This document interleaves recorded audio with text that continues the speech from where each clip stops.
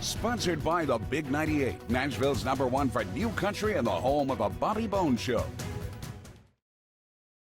It's like I always keep up with you on social media and with your tour, your music, and everything else that you do. Co-starring to your new album releases March 18th. I'm sorry that you weren't able to find any bigger names to join you on this. I know it's like, wow, it's like, what am I going to do? I could call up some buddies from down the street.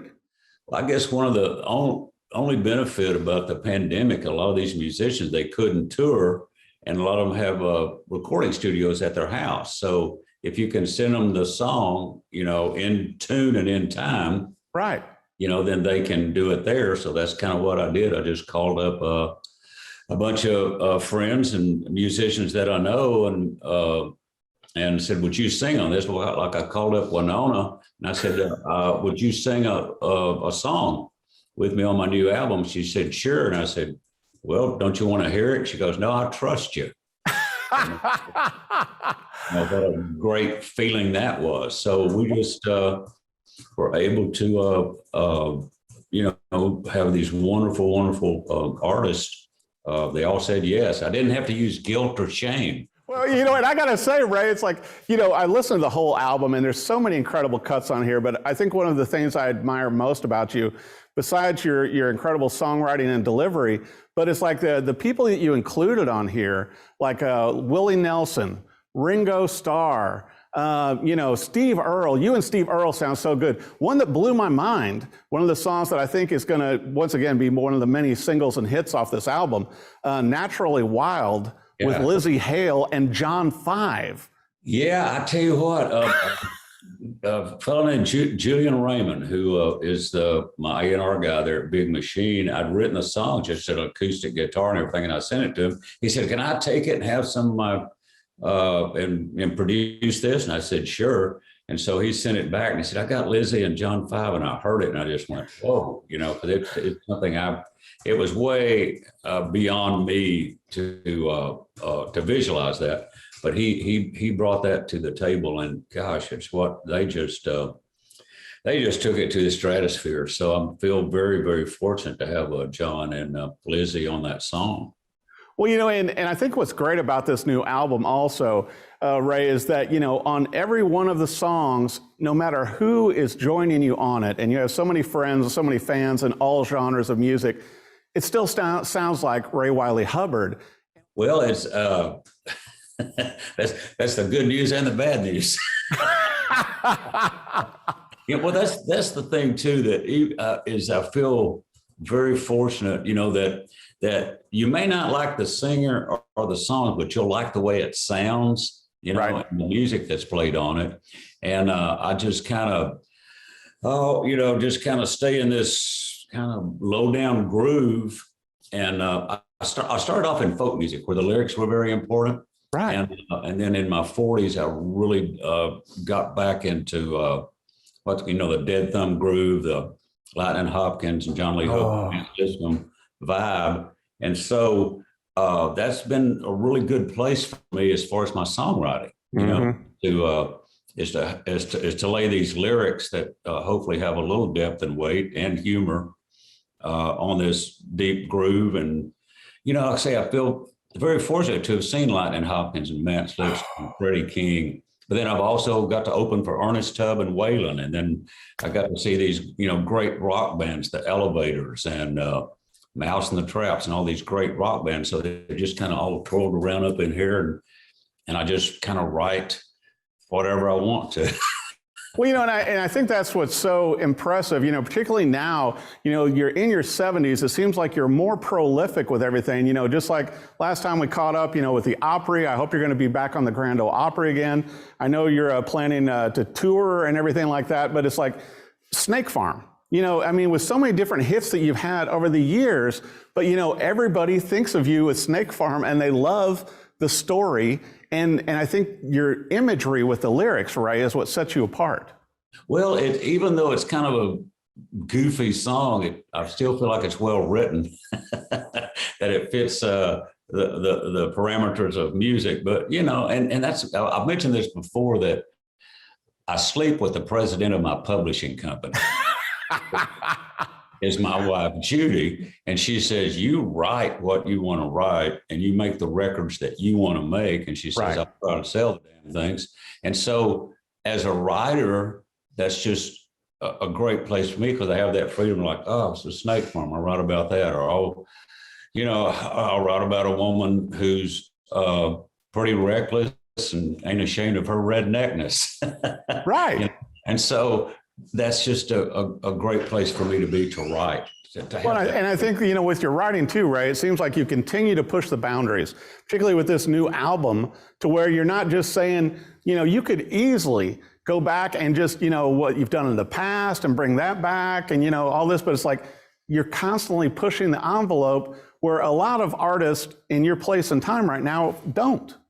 Well, it's like I say, I'm an old cat, but I keep trying to learn new things, you know, like at 42, I learned to finger pick. It really, you know, got into that. And then all of a sudden, then I learned open tunings, and I learned slide, then I learned a mandolin. And by learning new things, that gives a song a door to come through that wasn't there before. You know, if I hadn't learned open D tuning, I wouldn't have gotten a train yarder. You know what I mean? So, so it's still, songwriting is such a joy and an anguish. You know, I anguish over it, but then, and when it works, you go, ah, what a joy. And so it's still a joy for me to write and to see where the song is going to go and to write about whatever I want to write about, you know. You've written hit songs for other people besides for yourself. But I'm just, you know, I don't think you could have thought at that age that, you know, 30 something years later, your career has taken off like a skyrocket. Well, I couldn't imagine, you know, at that time that I would have a song with a Beatle. or you know, and like I say, that's the thing too about songwriting, that I really, really enjoy having that freedom that I can have a track that I feel is perfect for Willie Nelson when I'm, you know, and I've known Willie for a long time, but I never have, like I say, abused that friendship or whatever. But then I had this song, I said, would you sing on this? And then when I heard his vocal on it, boy, it just like tears to my eyes to have him on that. And then to go around and, you know, and have, you know, Steve Earle and the Bluebonnets, you know, man, they came to the studio, and Kathy and Dominique and Ava, and they just, you know, they were a rock and roll band. They were one of the first rock and roll bands I've ever been around. And to have them on that song that I wrote with Liz Rose, you know, I tell you what, sometimes I impress me.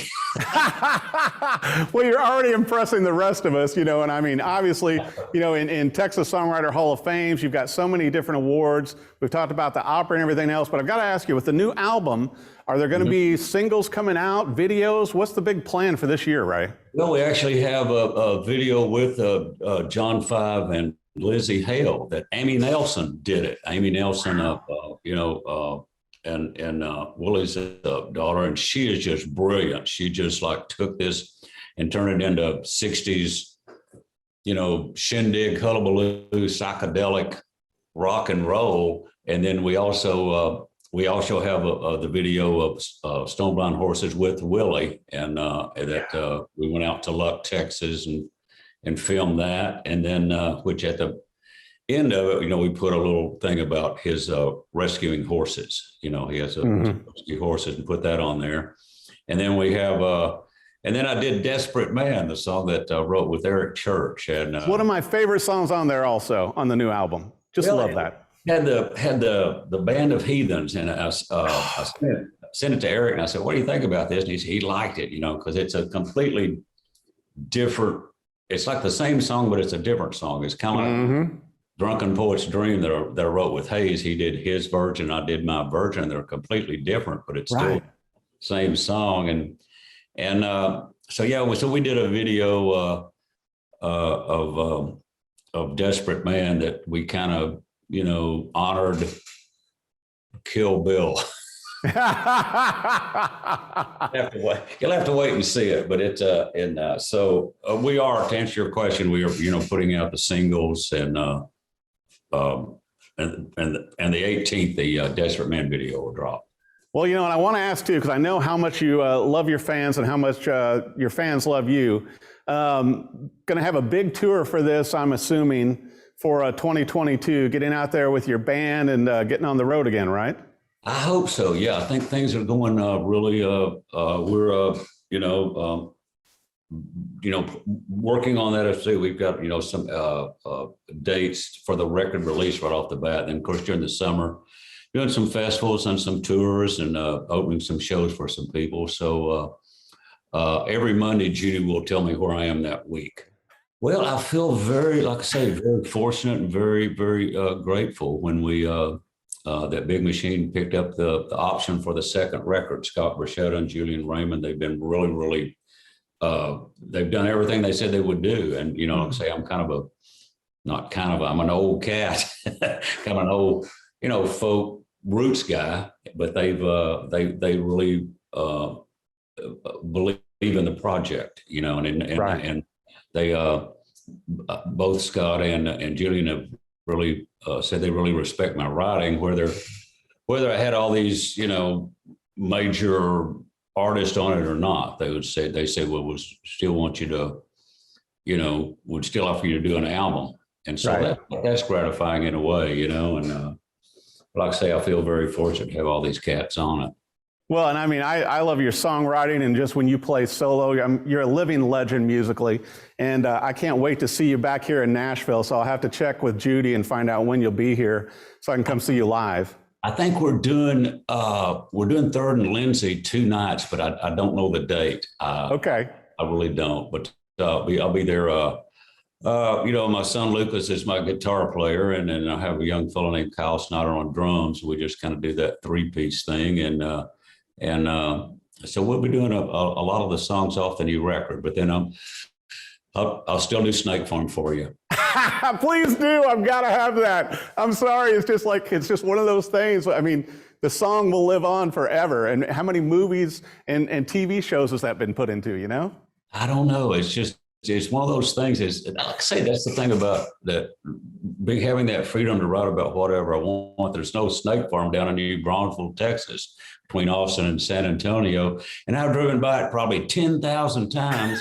And one day I drove by and I went, oh, God, it just sounds nasty. And I went, and I said, what am I going to do with this? And I went, I'll make it a love song. So then it fell into place. But, I mean, it fits good in the arsenal. And so we like I said, we'll be doing a bunch of the new stuff, but of course we'll do the crowd pleasers, I suppose, which is really unique because for a lot of period of time, I never had a crowd.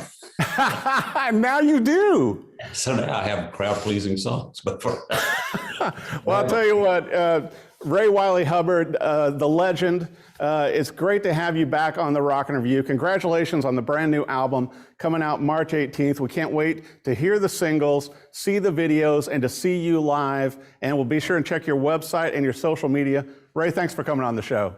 Thank you, Eric. It was always a treat, always fun. Thank you. Sponsored by the Big 98, Nashville's #1 for new country and the home of the Bobby Bones Show.